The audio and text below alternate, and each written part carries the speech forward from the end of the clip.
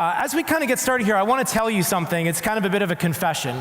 And the confession is that I was the best parent in the world until I had kids.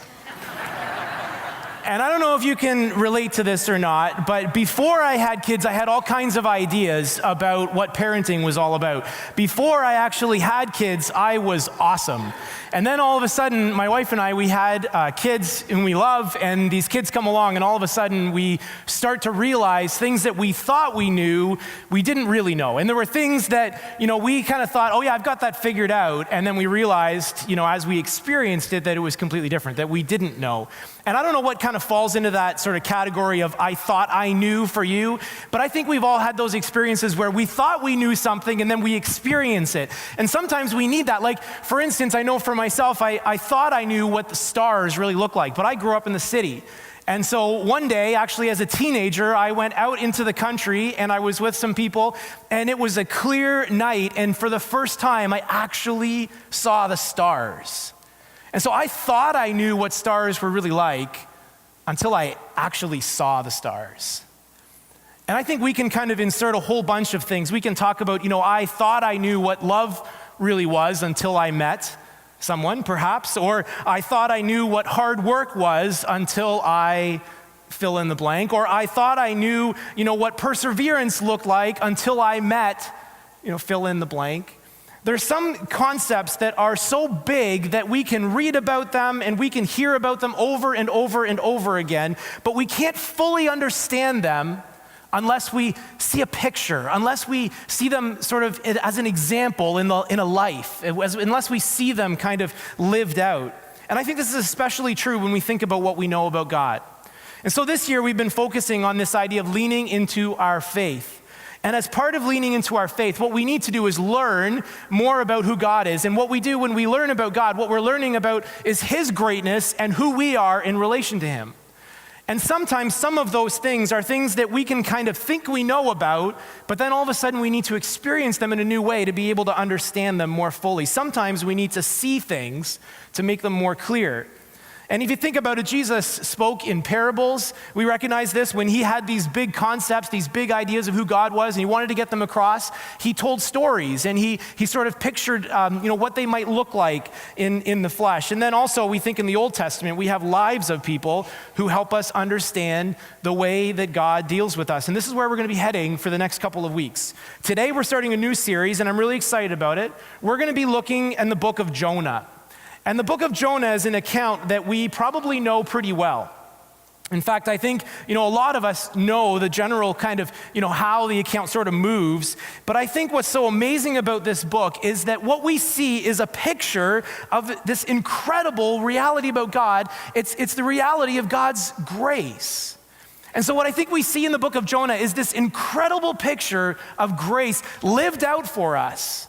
So that instead of just knowing about grace, we can actually see it in the life of a person and in the life of Jonah.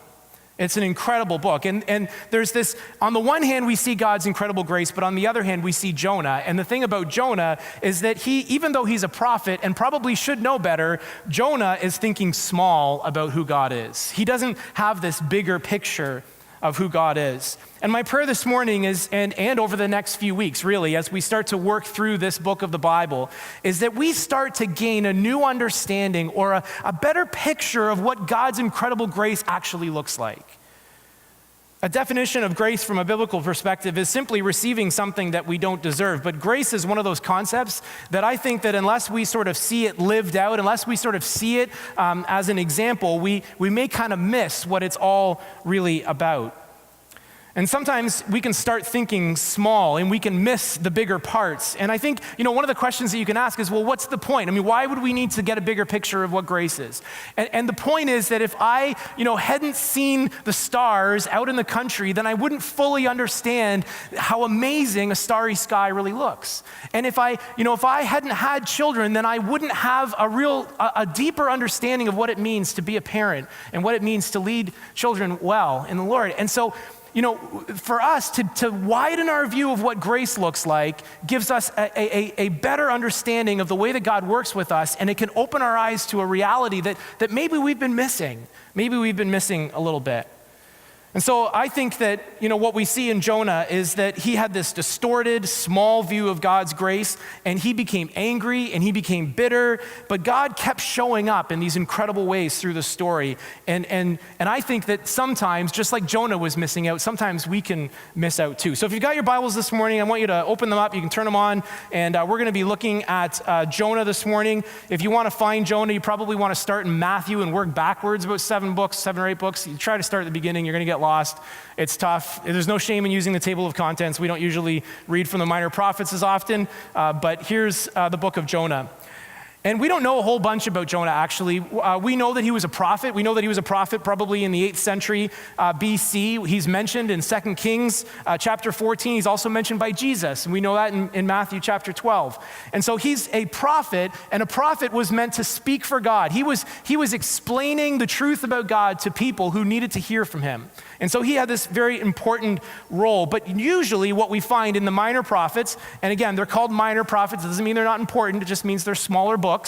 But what we see in the minor prophets is often the words of the prophets to people. But what we see in Jonah is the story of a prophet. It's the account of a prophet named Jonah and his experience as he was following after God. So this is an interesting book, and it's profound. Even though it sort of reads a little bit like a children's story, it's an account that is easy to follow, and it's an account that is so rich and full of a new understanding of who God's is. And so as we take a look at this morning, I'd love for you to just be thinking about the incredible grace that we see through this book.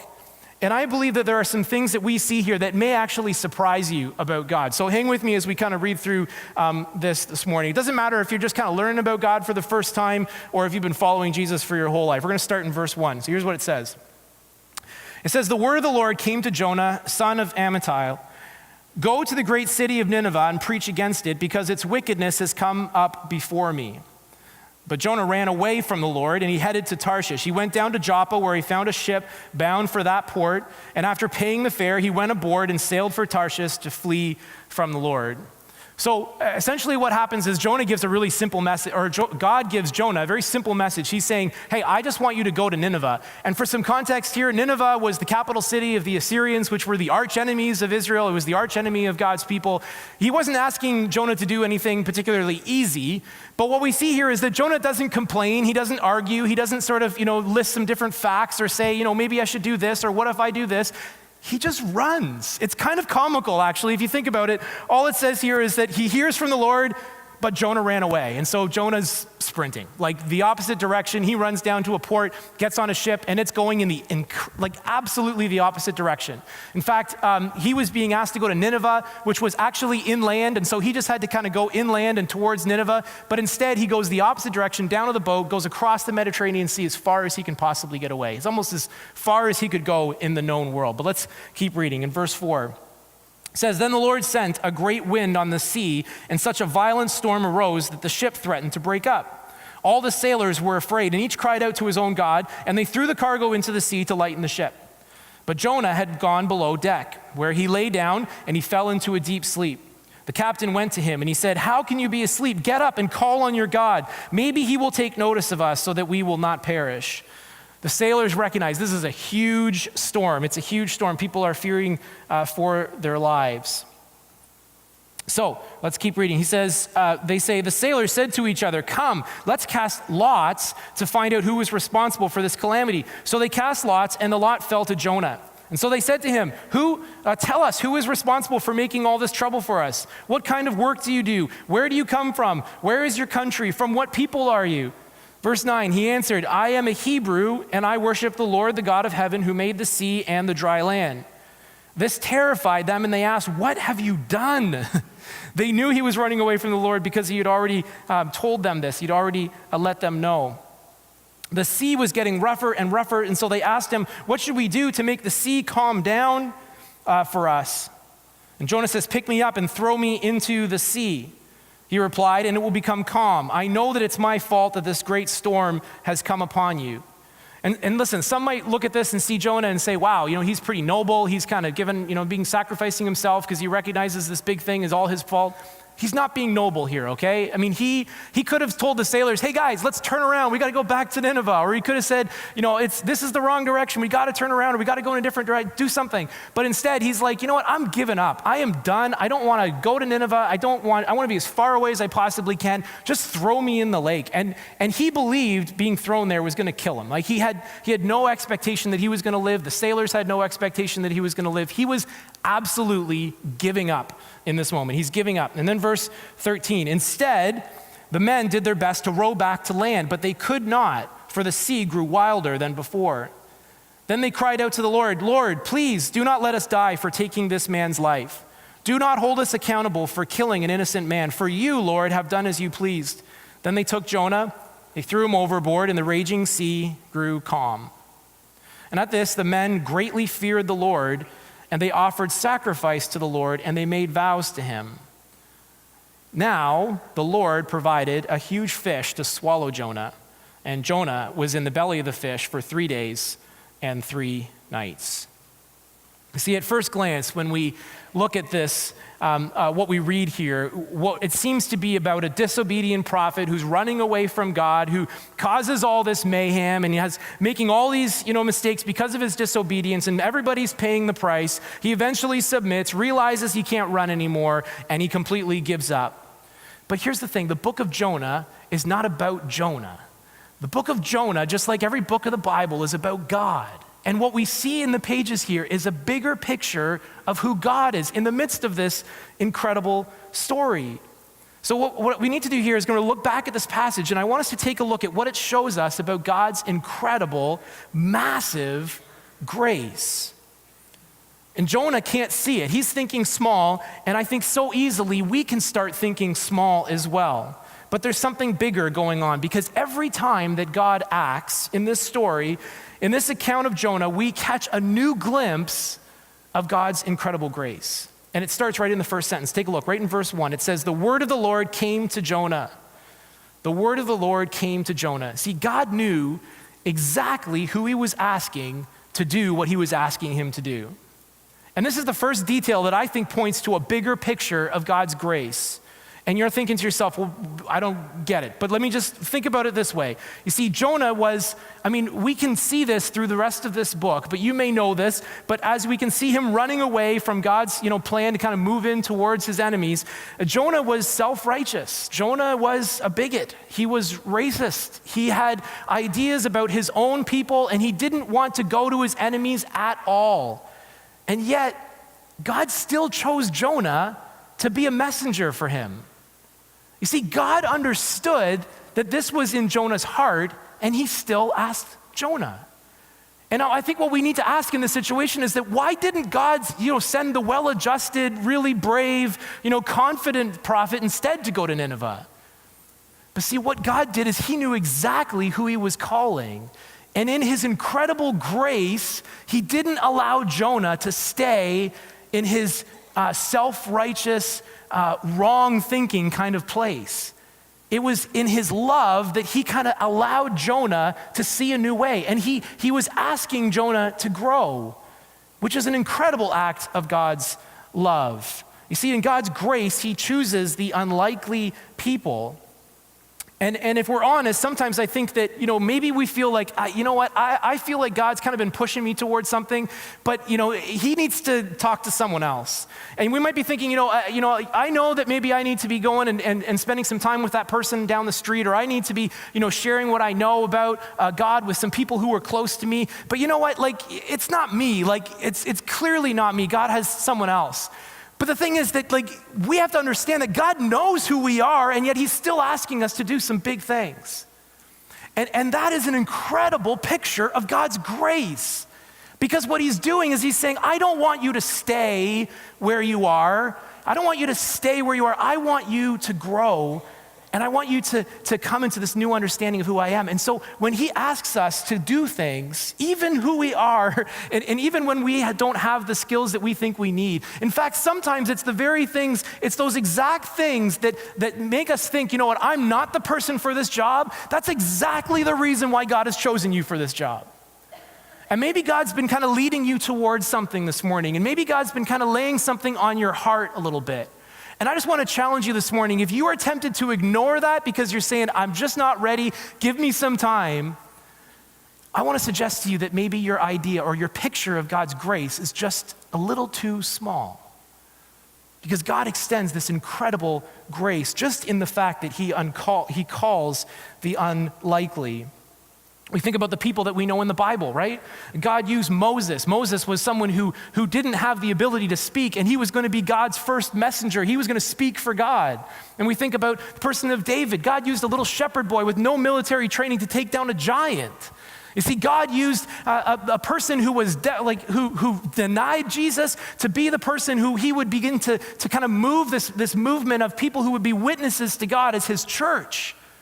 And so God uses the unlikely for exactly the fact that he has incredible grace that he wants to show us in using us. We are the right people for the job because God chooses people according to his purposes, not according to our purposes.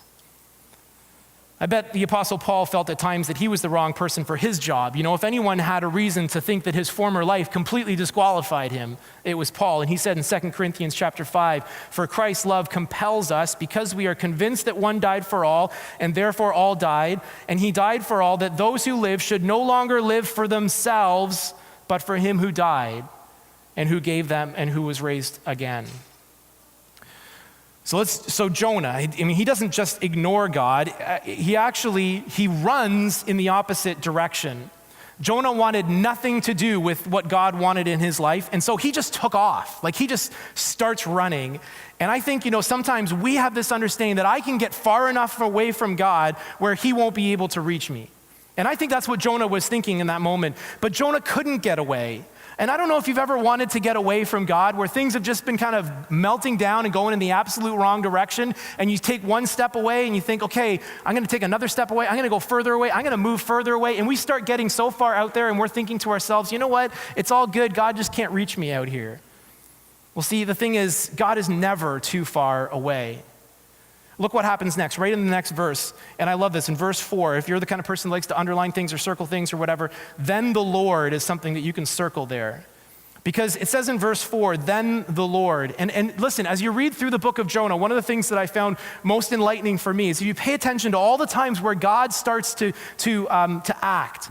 Look at all the places in that first chapter where God is actually the one doing something, because what we see again and again is God's incredible grace. So it says, then the Lord, and there was this moment where all of a sudden the narrative begins to shift.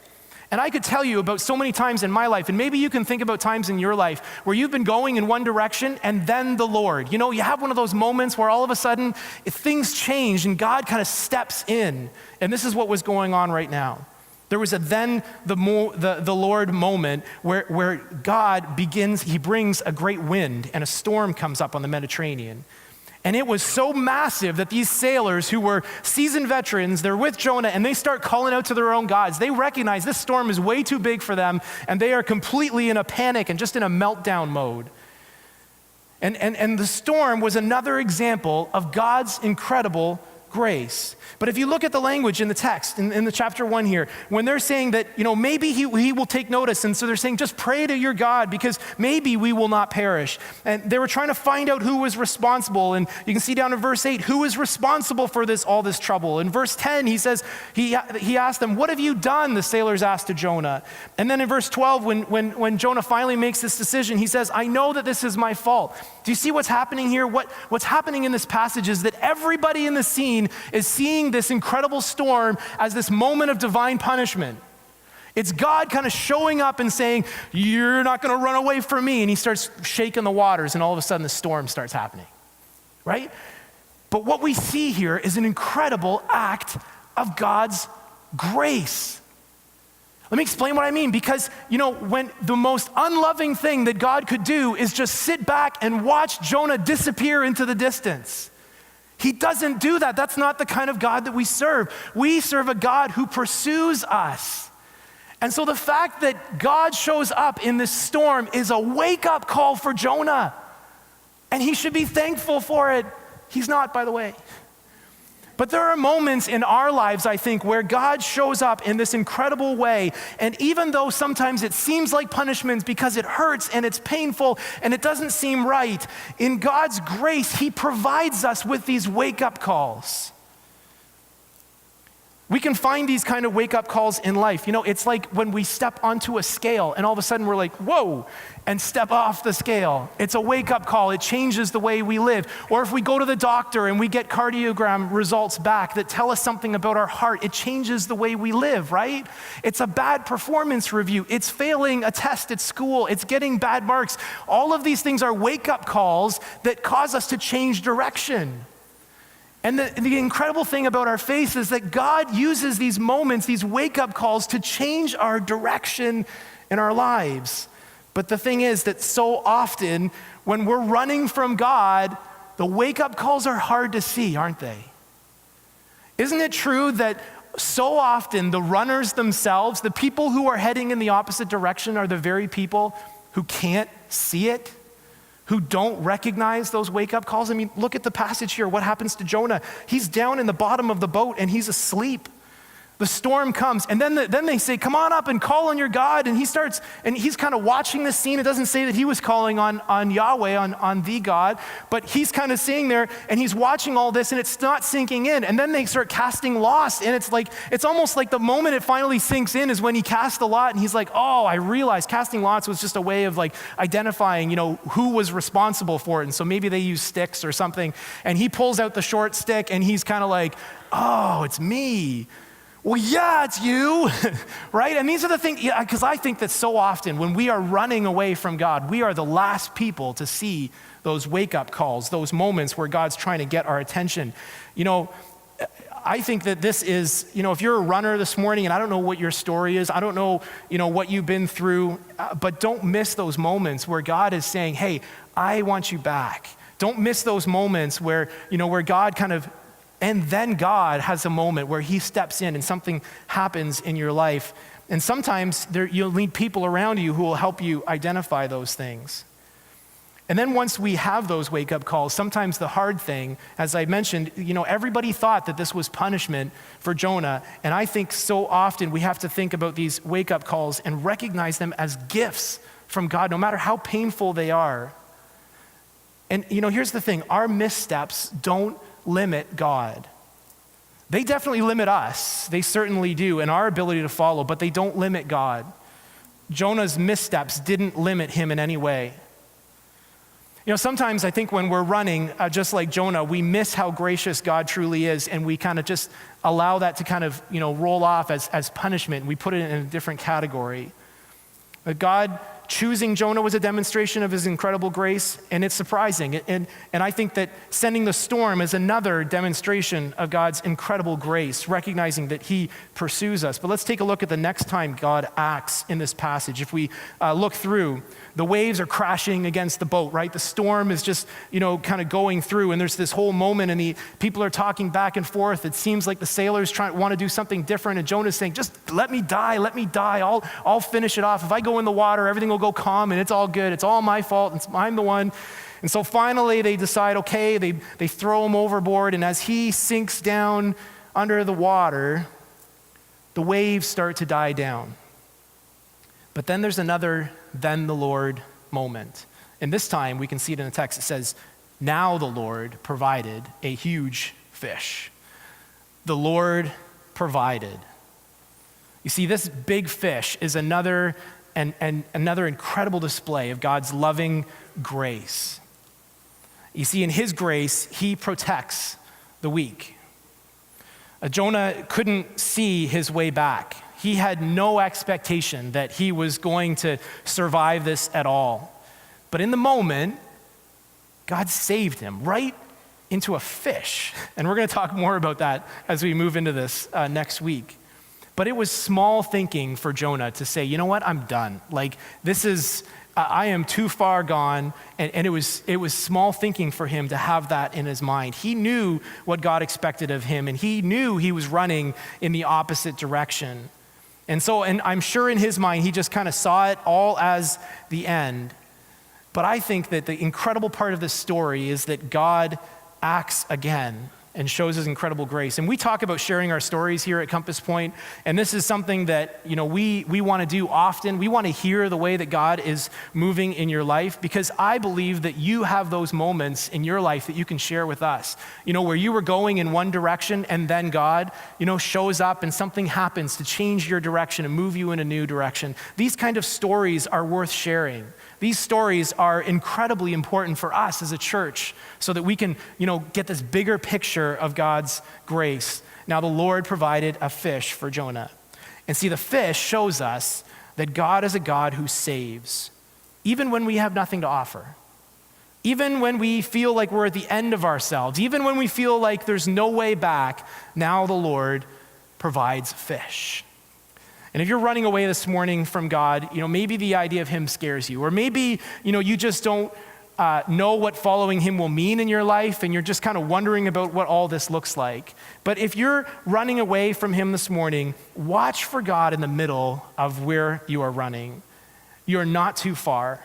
It is thinking small to assume that somehow you can get away from him and his loving grace. You just can't. You see, in the moment, Jonah was not a great guy. He was being disobedient, and yet God still provided a fish. He gave him a way to get back.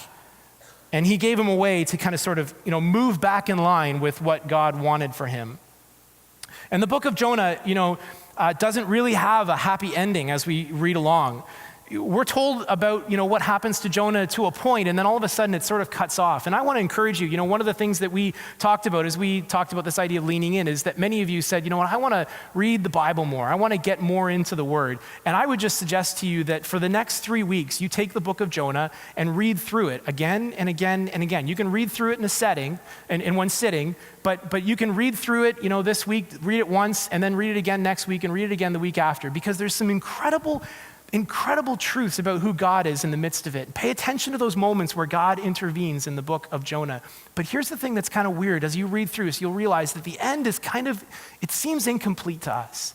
It seems incomplete because we sort of watch Jonah and we're cheering him on. We're like, Jonah, come on, make the right call, man. Just go back. And then he finally obeys, and we're thinking, okay, everything is good now. But Jonah ends up mad and angry and frustrated, and then all of a sudden the story ends. And I think it's incomplete for us because we want Jonah to be okay.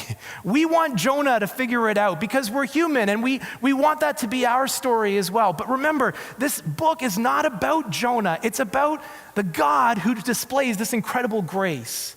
And Jonah is one example of how God keeps showing up in some incredible ways into our lives. And I think this is really important for us to recognize that, the big idea about Jonah is that God displays this grace, and this fish is another example of God's grace in the moment, and it's unlikely and it's strange. And I got to tell you, when Jesus went to the cross, it was also a strange way to bring salvation to the world. And Jesus came into this, to the cross, and when he went to the cross, he died and gave us an opportunity to be saved completely, swallowed up, just like Jonah. And God reached out to us even though we were moving in the opposite direction. God reached out to us even though we were pushing away. God reached out to us even though we had no way of coming back ourselves. Jonah didn't call up the fish. It wasn't him, it was God that moved in the direction of Jonah. In the same way, at the cross, Jesus moves in our direction as well. It's God that provides this incredible grace and this incredible opportunity for us. God's loving grace is on perfect display all the way through the book of Jonah. And the story doesn't end here, of course. And we're going to pick this up again next week. I'm going to ask the band to come up here, and we're going to close the service by singing together. But I'm thankful for the book of Jonah. I'm thankful for the book of Jonah because there are characteristics of God which need to be seen, and they need to be experienced in order for us to fully understand. And I think sometimes, we can know about grace and think that we've got it all figured out until we begin to see it displayed in a life. And so this is an incredible opportunity for us, and I'm excited as we look through the book of Jonah. But Jonah was thinking small, just like a lot of us. He thought he wasn't the right person for God's plan. He thought he could get away from God. He thought he was being punished for, when the storm came up. He thought he was beyond hope when he asked to be thrown into the water. But then the Lord But then the Lord, God comes through and he extends grace. And I'm afraid that we might miss how incredible this grace truly is. And so as we work through this book together, would you, join me in kind of reconsidering this incredible grace that was displayed to us through God? Let's pray. Heavenly Father, God, I thank you for this time. I thank you for the opportunity we have to worship you as we come together. And God, I pray that our minds would be expanded to begin to understand the far reaches of your incredible grace to us. God, I pray that you would enlighten us and help us to understand. God, show us again and again what your grace truly looks like. And Father, for those of us who may be feeling like we're running this morning, or maybe for those of us who aren't really sure that we're running, God, I pray that your wake-up call would be clear and precise and that we wouldn't miss it. God, I pray that that moment would be so clear to us and that we would begin to sort of, just lean into that incredible grace that you have for us. God, we pray this in the powerful name of Jesus Christ. Amen.